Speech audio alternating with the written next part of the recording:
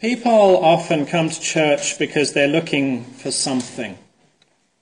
At the membership orientations we offer to newcomers a few times a year, we usually hear what some things those are. They're looking for a place where it's not only safe, but also encouraged to ask questions. They're looking for a place with people who share similar values and worldviews.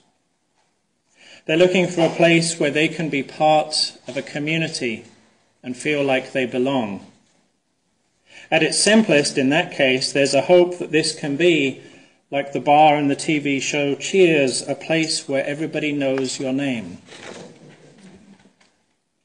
Sometimes such a community is described as being like a family, or at least how families can be at their best. Nobody looks for a congregation because they want to get into arguments about who has to sit next to the uncle with the inappropriate political views at Passover.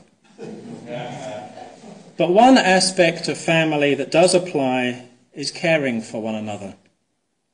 When somebody is sick or recovering, for instance, we care by visiting them or taking them meals. When they're grieving, we send them a card or maybe flowers. When they're struggling with how to get to an appointment, we give them a ride. So common are these responses to physical needs in congregations that they're known as the 3 R's of caring: rides, roses, and rigatoni. Now, in congregations with professional ministry, there can be a somewhat artificial distinction between what the minister does and what the congregation does. What the minister does is, by definition, ministry, but the latter maybe isn't. And most people would say that it shouldn't be the minister who's always taking people meals or giving them rides to the doctor, perhaps not even the minister organizing those activities. And yet I would argue that caring in the sense of those 3 R's is just as much a ministry too. Think about some of the other things that we do as a congregation. When a layperson leads a service and preaches, that's ministry. When someone teaches, whether children, youth, or adults, that's ministry. When someone serves food to the hungry or takes part in a civil rights demonstration or lobbies a lawmaker on some issue, that's ministry. It's obvious that when these things are done by someone who's studied theology or gone to seminary to prepare for them, well, then they're ministry. But if they're done out of a sense of shared religious values and with the blessing of a congregation grounded in some theological tradition, then they are also ministry. That's why the title Bucky McKeeman gave to his reflection, that I used for our chalice lighting this morning, is anyone's ministry. Though I'm going to make the case that it could just as well be described as everyone's ministry. There is a sense, though, that some things ought to be the specialty of professional ministry, even though Unitarian Universalist theology says that we all have access to the sources of insight and wisdom and compassion, whether we've been ordained or not. But preaching and teaching, prophetic witness and pastoral care aren't restricted to professional ministers. We just have some training in them. And more importantly, congregations pay us to devote ourselves to continually develop those skills. But there comes a time when a congregation needs more than one minister can give. Actually, the minister is usually the first one to realize this. There are only so many hours in the week, and we are only human. And in terms of relating to people, even with the best memory in the world for holding on to the details of what's going on in other people's lives, we run up against a cognitive limit known as Dunbar's number. This is, in short, the number of people with whom, thanks to the physiology of the human brain, the average person can maintain stable social relationships. And it's most commonly given the value of 150. In other words, even with the best will in the world, once any of us try to maintain connections with getting close to 150 people, we start running into problems simply because of the way that our brains are wired. It's no accident that most congregations find themselves reaching Dunbar's number in size and then being unable to grow any further. There are a few things that happen at that size threshold to prevent a congregation from growing past it, but one big reason for what happens is that the minister is unable to relate to a bigger number of people, at least on the level that those people expect. To be a bigger congregation, in other words, we have to let go of the idea that everybody can know everybody else. And yet, of course, we still have to provide ministry to everybody. And so it is absolutely essential to be able to cross that threshold that the congregation engage in shared ministry, where the minister, for want of a better word, deputizes lay people for certain functions. Every congregation larger than us, if it isn't actually in the process of shrinking back down, has some form of shared ministry. And these aren't just programs run by lay people, but programs where lay people show up to do certain things just as if the minister showed up to do those things. So it's not a substitute for professional ministry, but an expansion of professional ministry. You heard about one such lay ministry last week, small group ministry, or what we call fellowship circles, where trained facilitators work with groups of 10 or so people to provide compassionate listening to one another. And we need trained facilitators because while I could lead a couple of such groups by myself, I can't lead half a dozen or more. This last year, we've been launching another shared ministry, this one focusing on pastoral care.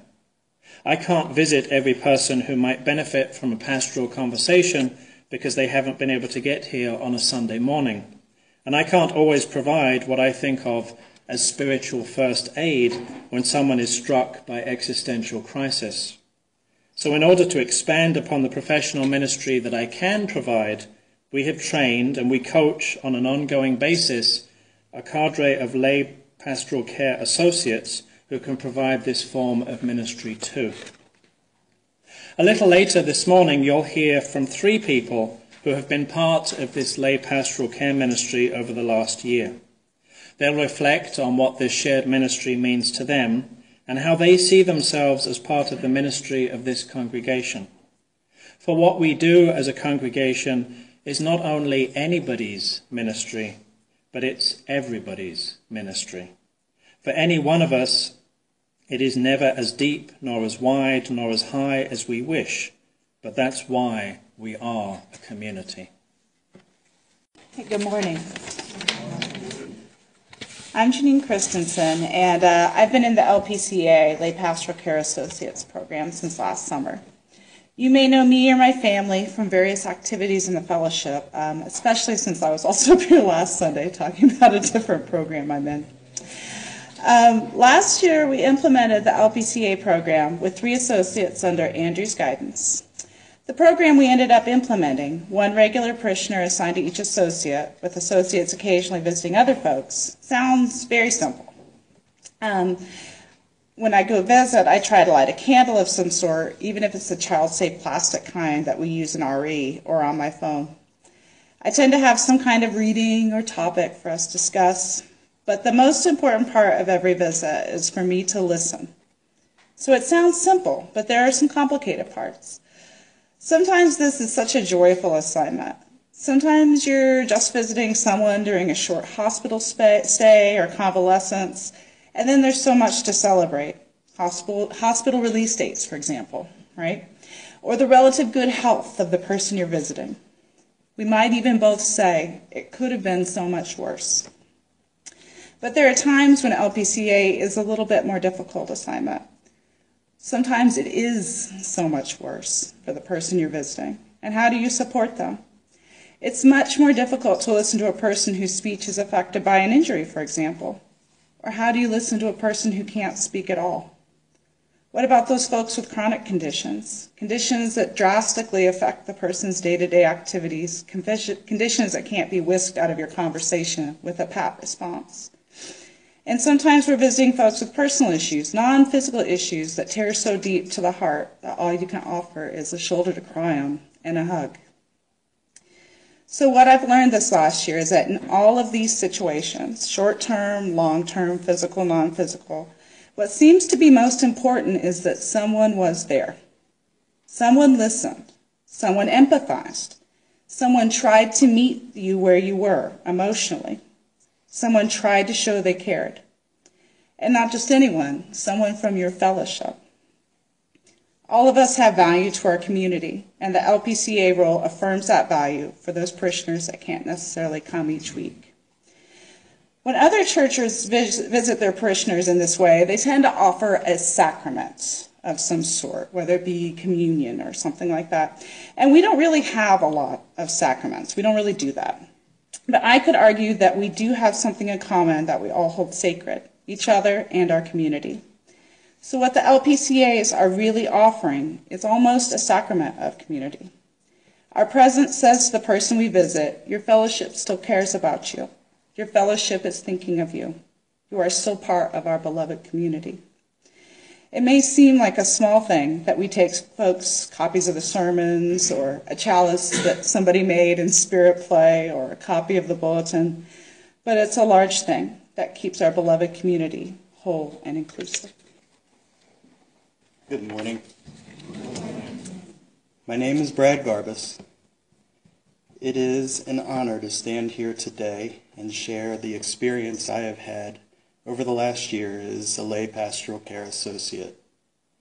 About a year ago, we traveled to Richmond for 2 days of intense training. Upon returning, we were matched with someone in our congregation that can't always attend on Sundays. We often visit with them once or twice a month, depending on our schedules and their needs.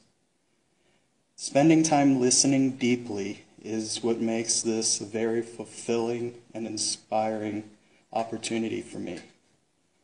As some of you know, my Myers-Briggs personality type is INFJ, which is introverted, intuitive, feeling, and judging, which means this is not a place I'm comfortable standing right now. It also means that I'm wired to listen deeply to people in general, and especially those who are struggling with a life event or something going on in their lives. Nothing brings me more joy than to sit down and just listen and feel what someone is sharing with me. Not to judge or attempt to fix what might be wrong, but to simply listen deeply in that shared moment. The pastoral care program is similar but different from the fellowship circles we heard about last week. The pastoral care is almost always one-on-one with a congregant. Over the past year, I have changed. I have learned the value of listening, and that sometimes expressing an opinion often serves little purpose unless someone is actually seeking my advice. It has humbled me to share time with our fellow members and to bring warmth of this beloved community to them when they are unable to make it to the Sunday services. Being part of lay pastoral care program also means we're available during emergent situations, including when people need to talk on Sunday mornings. We think of this type of short-term pastoral care as Andrew said earlier, a spiritual first aid to help get people through that immediate crisis, to let them figure out the long-term plan. It is my ongoing desire to be available to listen when you need us, someone to talk to either before or after services. Please don't hesitate to find me or one of the other lay pastoral care associates. We will be happy to compassionately listen and offer our kindness to help you work through what you may be dealing with in your life. Since I walked through those doors a couple years ago, I have never felt alone in this community, and it is my deepest desire that no one ever does. If you find yourself in a situation where you need to connect with Janine, myself, or please find us Sunday morning, and we can set up a time to talk, or you can contact Reverend Andrew to arrange a meeting with us. We regularly provide updates to Reverend Andrew to ensure that he is aware of what's going on during our meetings. There are times when we all need someone to simply listen, to be present with us. Sometimes life does hand us lemons, and we need a little help squeezing them to make lemonade. After all, the recipe always turns out better if it's made with love. So I would like to invite you to learn more about serving as a lay pastoral care associate. If you are interested, please talk with one of us. The experience will not only help the fellowship, but I am sure it will change your life. Thank you. Morning. As Unitarian Universalists, we belong to a beloved community with a heritage of love, truth-seeking, and peacemaking from our Unitarian and Universalist forebears. Although our theological beliefs are diverse, our covenant with one another and the love we bring to it tie us together in a common bond. The covenanted community we share is embodied in the words of Reverend James Villa Blake. Love is the spirit of this church, and service is its law. This is our great covenant, to dwell together in peace, to seek the truth in love, and to help one another. My name is Sarah Davis, and it'll be 3 years in September since I walked through these doors and found myself in a place and among people I'd only ever dreamed existed. Sundays at the UUFP are the highlight of my week, every single week. I'm actually not that good with dates and anniversaries, but discovering that there was a religion which allows me to embrace my Christian roots without being constrained by them, and a group of people who live according to the golden rule found in every single religious tradition, and in secular humanism, atheism, even existentialism. It was a pivotal and life-changing experience. It has since been my joy to be a self-appointed and not officially sanctioned ambassador for Unitarian Universalism in general and the UUFP in particular. I especially like to greet newcomers and welcome them as I was so warmly welcomed my first morning here. About a year ago, I was pleased to be invited to attend the lay pastoral care training at First UU of Richmond with Andrew, Brad, and Janine. I actually wasn't sure I was the best candidate because, let's be honest, talking comes more easily to me than listening. And I like to feed people, provide material help and support, track down resources, put the right people in touch with one another, and offer my humble but usually accurate advice in order to solve problems. All of these activities are actually frowned upon in lay pastoring. I went though, and I'm really so glad I did, because lay pastoral care is an excellent way to bring the fellowship to members of our community who can no longer get here to participate. And let's be honest, cancer, strokes, accidents, age, and even caring for somebody else with those conditions can happen to anyone at any time and keep them from being among us. Many of our older congregants and founding members are among those who need visiting, and the chance to honor their long and immense contribution with a little care and attention is a real honor. I'm grateful I've been given the opportunity to play some small role in the implementation of a lay pastoral program here in our beloved community. I've discovered this last year, though, that visiting an individual for deep listening without comment or action is not the best use of my gifts and talents. Consequently, I've taken on co-chairmanship of the Caring Committee, i.e. Rides, Roses, and Rigatoni, and leadership of the Chalice Hospitality team, and I find that I'm thriving in those roles. So this is something you can try on, and it may or may not be where you belong, but I encourage you to give it a try. So while Janine and Brad move forward with lay pastoral care and I step down from my active role in it, we invite members of this congregation to consider becoming involved with the vital task of nurturing our community, including those who can't make it through these doors. Just see Andrew or one of us to get more information. Lay pastoral care takes a time commitment of about 2 hours, one evening a month, for checking in with the team and ongoing training. And as little as 1 hour a month, or as much as an hour or two a week, to meet with a congregant, light a candle, read a UU passage, and visit. Any specific needs discovered in the course of your visit can be passed on to me and the caring committee. And I want to talk just for a moment about the caring committee because that group of people also taps our congregation to provide occasional meals, rides, and the like. And if you would like to be on a list of people we reach out to when such needs arise, please see me, Andrew, or Jackie Wilson. We'll be happy and grateful to sign you up. In closing, I love this quote from Theodore Parker, which beautifully describes Unitarian Universalism, this fellowship, and our shared ministry.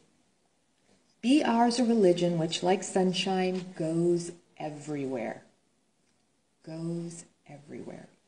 Its temple all space, its shrine the good heart, its creed all truth, its ritual works of love, its profession of faith divine living.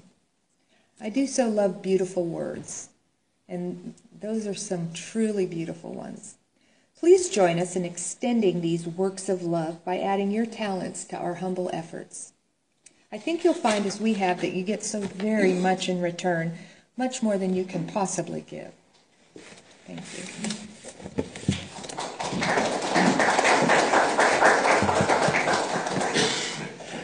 Thank you, Sarah, for your service over the last year. Thank you, Janine and Brad, for continuing on as lay pastoral care associates. And thank you all for your sharing with us this morning.